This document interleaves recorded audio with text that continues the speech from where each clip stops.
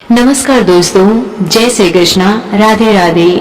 भगवान श्री कृष्ण के जन्म के दिन को श्री कृष्ण जन्माष्टमी के रूप में मनाया जाता है।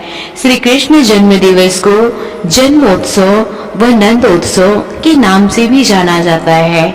यह उत्सव भारत सहित विश्व भर में बड़ी धूमधाम से मनाया जाता है। इस अवसर पर मथुरा स्थित श्री कृष्ण जन्म स्थान पर देश विदेश से श्रद्धालु अपने प्यारे कान्हा के दर्शन करने के लिए आते हैं। श्री कृष्ण जन्माष्टमी का त्योहार अत्यंत ही प्रसिद्ध त्योहार है। हिंदू सनातन धर्म में जन्माष्टमी के पर्व को बहुत अधिक महत्वपूर्ण माना जाता है। श्री कृष्ण भगवान श्री हरि विष्णु जी के अवतार है। अगर आप भी भगवान श्री कृष्ण का आशीर्वाद प्राप्त करना चाहते हैं तो कृष्ण जन्माष्टमी व्रत का पालन अवश्य करें। साथ ही श्री कृष्ण जन्माष्टमी व्रत कथा भी अवश्य सुने। और दोस्तों, वीडियो के अंत तक बने रहिएगा। अगर आप हमारे चैनल पर नए हैं और चैनल सब्सक्राइब नहीं किए हैं तो कृपया कर हमारा चैनल सब्सक्राइब कर लें और देर न करते हुए वीडियो शुरू करते हैं। तो दोस्तों, स्कंद पुराण के मुताबिक द्वापर युग की बात है। तब मथुरा में उग्रसेन नाम के एक प्रतापी राजा हुए, लेकिन स्वभाव से सीधे साधे होने के कारण उनका राज्य हड़प लिया और स्वयं मथुरा का राजा बन बैठा। कंस की एक बहन थी जिसका नाम था देवकी। कंस उनसे बहुत प्रेम करता था। देवकी का विवाह वासुदेव से तय हुआ। तो विवाह संपन्न होने के बाद कंस स्वयं ही रथ हाँकते हुए बहन को ससुराल छोड़ने के लिए रवाना हुआ। तब वह बहन को छोड़ने के लिए जा रहे थे, तभी एक आकाशवाणी हुई। देवकी और वासुदेव की 8वीं संतान कंस की मृत्यु का कारण बनेगी।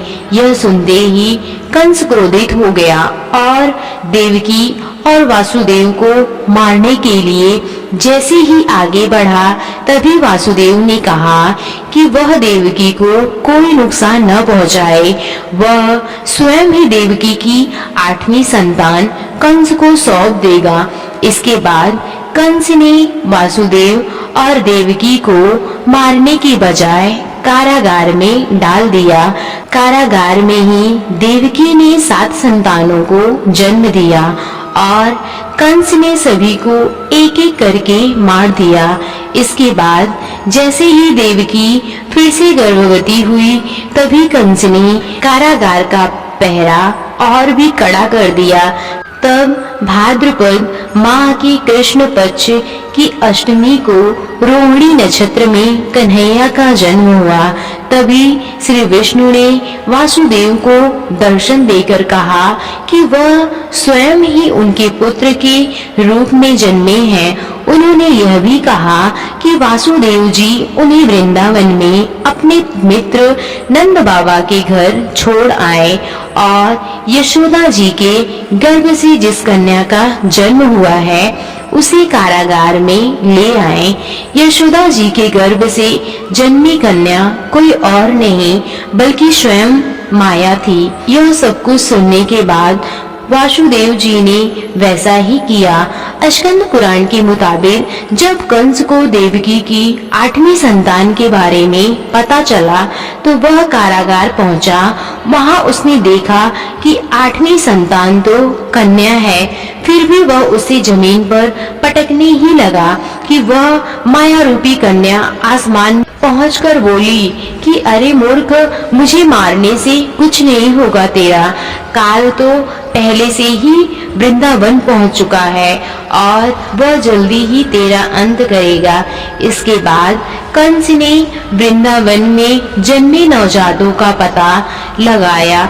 जब यशोदा के लाला का पता चला तो उसे मारने के लिए कई प्रयास किए, कई राक्षसों को भी भेजा, लेकिन कोई भी उस बालक का बाल भी बांका नहीं कर पाया।